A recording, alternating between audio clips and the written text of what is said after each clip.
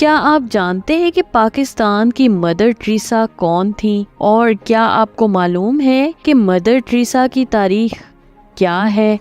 تو چلیے چلتے ہیں آج کی ویڈیو کی جانب۔ پاکستان کی مدر ٹریسا کے نام سے مشہور ڈاکٹر رت فاؤ کا مکمل نام رت کیتھرینا مارتھا فاؤتھا تھا۔ وہ جرمنی کے صوبے زاکسن کے چھوٹے سے گاؤں لپائزگ میں 9 ستمبر 1929 کو پیدا ہوئی۔ وہ ابھی محض 10 سال کی ہی تھیں کہ جنگ عظیم دوئم کا آغاز ہوا۔ انہوں نے کم عمر میں ہی بھیانک حالات دیکھے۔ جنگ دوئم کا آغاز کرنے والے ملک جرمنی میں پیدا ہونے والی رت کیتھرینا مارتھا نے 1939 سے 1945 تک 10 سے 16 سال کی عمر میں ظلم و ستم دیکھا۔ جنگ عظیم میں شکست کھانے کے بعد ہی ان کے ملک کو امریکہ اور روس نے مشرقی اور جنوبی حصے میں تقسیم کر دیا تھا، اور دیگر جرمن لوگوں کی طرح رت فاؤ نے بھی مشکلات کا سامنا کیا۔ رت کیتھرینا جرمنی کے مشرقی حصے میں رہ گئی تھیں جو روس کے زیر تسلط تھا۔ وہاں کے حالات بہتر نہیں تھے، اس لیے وہ کسی نہ کسی طرح 1948 میں مشرقی حصے سے مغربی حصے میں منتقل ہوئیں جو امریکہ کے زیر قبضہ تھا۔ رت کیتھرینا فاؤ نے وہیں تعلیم حاصل کی۔ 1950 میں جدید تعلیم مکمل کرنے کے بعد انہیں سکون نہ ملا اور ان کا دل بے قرار رہنے لگا۔ ظلم و ستم، بیماری، بھوک اور قتل و غارت کو کم عمری میں دیکھنے والی رت کیتھرینا فاؤ چاہتی تھیں کہ وہ اپنی زندگی نادرا اور بیمار لوگوں کی خدمت میں گزار دیں، اس لیے وہ ابتدائی طور پر راہبہ بنی، جس کے بعد انہوں نے سماجی تنظیم ڈاٹر آف دی ہارٹ میری DHM کی رکنیت بھی حاصل کی۔ اس تنظیم نے اگلے چند سال بعد غربت اور بیماریوں کا سامنا کرنے والے افراد کی خدمت کے لیے رت کیتھرینا فاؤ کو جنوبی ایشیا بھیجنے کا پروگرام بنایا۔ ڈاکٹر رت کیتھرینا فاؤ کو 1960 میں تنظیم نے نئے آزاد ہونے والے ملک بھارت بھیجنے کے لیے تیار کیا، تاہم وہاں کا ویزا نہ ملنے کی وجہ سے انہیں نئے بننے والے ملک پاکستان بھیجا گیا اور پھر وہ یہیں کی ہو کر رہ گئیں۔ ڈاکٹر رت فاؤ اگرچہ جرمنی میں پیدا ہوئیں اور وہیں پلی بڑھیں، تاہم ان کی شناخت ایک پاکستانی سماجی کارکن اور پاکستانی مدر ٹریسا کے طور پر ہوتی ہے۔ وہ نہ صرف پاکستان میں جذام کوڑ کے مرض کے خاتمے کے لیے کردار ادا کرنے والے ادارے میری ایڈلیڈ لیپروسی سینٹر MLAC کی بانی تھیں، بلکہ وہ جرمنی کے ادارے ڈاٹر آف دی ہارٹ میری DHM کی بھی مرتے دم تک رکن رہیں۔ یہ تنظیم دنیا کی قدیم ترین فلاحی اور سماجی تنظیموں میں سے ایک ہے، جس کا قیام انقلاب فرانس کے دور میں 1790 میں عیسائیت کے پیروکاروں نے کیا۔ ابتدائی طور پر اس تنظیم نے صرف فرانس ہی میں انسانی بھلائی کے لیے خدمات دی، جس کے بعد اس تنظیم کے کاموں کا دائرہ یورپ کے دیگر ممالک تک بھی پھیلا۔ جنگ عظیم اول اور دوئم کے بعد اس تنظیم پر سماج میں اہم کردار ادا کرنے کے لیے وزن بڑھا، تو اس نے اپنے کام کے دائرے کار کو بھی وسعت دی۔ اس تنظیم نے اپنے رضاکاروں کی تعداد کو بڑھایا اور ہر اس جگہ پر اپنے کارکنان بھیج جہاں کسی کو کارکنان کی ضرورت پڑتی۔ اسی سلسلے کے تحت ہی اس تنظیم نے ڈاکٹر رت فاؤ کو پاکستان بھیجا۔ ڈاکٹر رت فاؤ کو پاکستان بھیجنے والی تنظیم ڈاٹر آف دی ہارٹ میری اب بھی دنیا کے کئی ممالک میں رنگ، نسل، مذہب اور صنف کی تفریق کے بغیر کام جاری رکھے ہوئے ہیں، اور رت فاؤ بھی مرتے دم تک اس تنظیم کی رکن رہی ہیں۔ ڈاکٹر رت فاؤ 8 مارچ 1960 کو پاکستان پہنچی اور آتے ہی انہوں نے جذام پر قابو پانے کے لیے کام شروع کر دیا۔ اگلے 2 سال بعد 1962 میں ڈاکٹر رت کیتھرینا فاؤ نے جذام کا درست طریقے سے علاج کرنے کے لیے طبی مرکز کھولا، تاہم انہیں ابتدائی طور پر کچھ مسائل کا سامنا کرنا پڑا، لیکن انہوں نے ہمت نہیں ہاری اور پھر ان کا ساتھ دینے کے لیے مقامی شخصیات بھی سامنے آئیں۔ 1963 تک ڈاکٹر رت فاؤ کراچی میں 80 بستروں پر مشتمل لیپروسی سینٹر قائم کرنے میں کامیاب ہو گئیں۔ اگلے 2 سال میں انہوں نے لیپروسی کے مرض کا علاج کرنے کے لیے رضاکاروں کو تربیت دینے کے لیے نیشنل ٹریننگ انسٹیٹیوٹ آف لیپروسی قائم کیا۔ ڈاکٹر رت فاؤ نے پاکستان میں جذام کے مرض کی سنگینی کو دیکھتے ہوئے کم وسائل کے باوجود انتہائی تیز رفتاری سے کام کیا۔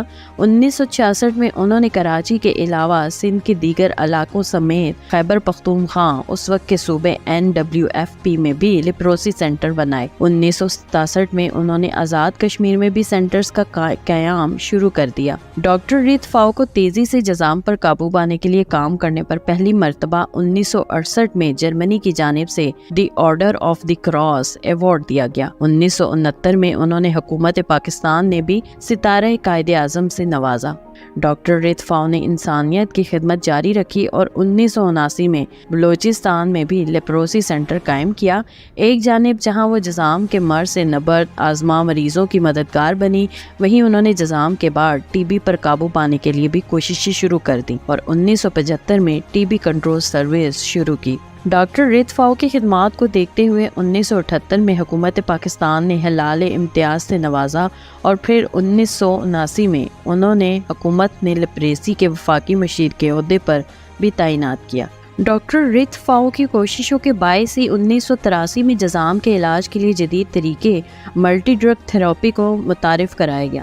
پاکستان میں خدمات پر 1985 میں انہیں جرمنی کی جانب سے the commander of cross of the order of merit with star award سے نوازا گیا۔ ڈاکٹر رتفاؤ نے 1987 میں ٹی بی اور جذام سے متاثرہ مریضوں کی بینائی سے محروم ہونے کے علاج کی سروس شروع کی اور اگلے ہی سال ان بیماریوں سے متعلق شعور اجاگر کرنے کے لیے انہوں نے ٹو لائٹ اے کینڈل کے نام سے کتاب شائع کی۔ حکومت پاکستان نے 1989 میں ڈاکٹر رتفاؤ کو ہلال پاکستان ایوارڈ سے بھی نوازا۔ پاکستان اور جرمنی ہی نہیں، کئی دیگر ممالک نے بھی ان کی خدمات کو سراہا۔ 1991 میں امریکہ کی ایک یونیورسٹی نے انہیں اعزازی طور پر ڈائریکٹریٹ کی ڈگری دی۔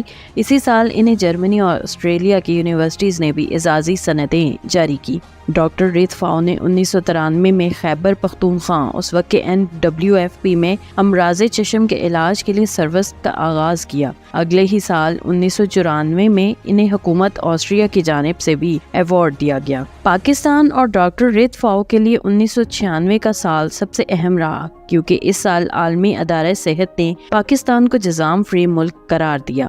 پاکستان کو جذام فری ملک قرار دیے جانے کے بعد بھی ڈاکٹر رتفاؤ کی خدمات نہیں رکی اور انہوں نے اگلے ہی سال 1997 میں پاکستان بھر سے لیپروسی کے اثرات کو ختم کرنے کے لیے کام کا آغاز کیا۔ ڈاکٹر رتفاؤ کو ان کی خدمات کے عوض 2002 میں فلپائن کی حکومت کی جانب سے بھی ایوارڈ سے نوازا گیا اور 2014 میں انہیں جرمنی کی جانب سے ایک اور ایوارڈ بھی دیا گیا۔ ڈاکٹر رتفاؤ نے زندگی کے آخری ایام تک انسانی خدمت اور کام کو ترجیح دی، جبکہ دنیا سے کوچ کرنے سے ایک سال قبل 2016 میں انہوں نے بچوں کی پیدائش، ماں اور بچے کی صحت کے حوالے سے منفرد پروگرام کا آغاز بھی کیا۔ پاکستان کے لیے سال 2017 برا ثابت ہوا اور 10 اگست کو ڈاکٹر رتفاؤ طویل علالت کے بعد انتقال کر گئیں۔ اپنی محسن کی موت پر پوری قوم افسردہ دکھائی دی، جبکہ حکومت نے انہیں مکمل سرکاری اعزازات کے ساتھ پردے خاک کیا۔ ڈاکٹر رتفاؤ کی آخری رسومات کراچی کے تاریخی سینٹ پیٹرک چرچ میں ادا کی گئیں، جس میں اعلیٰ سرکاری شخصیات سمیت عسکری قیادت نے بھی شرکت کی، جبکہ عوام کی کثیر تعداد نے بھی اپنے محسن کی آخری رسومات میں شرکت کی۔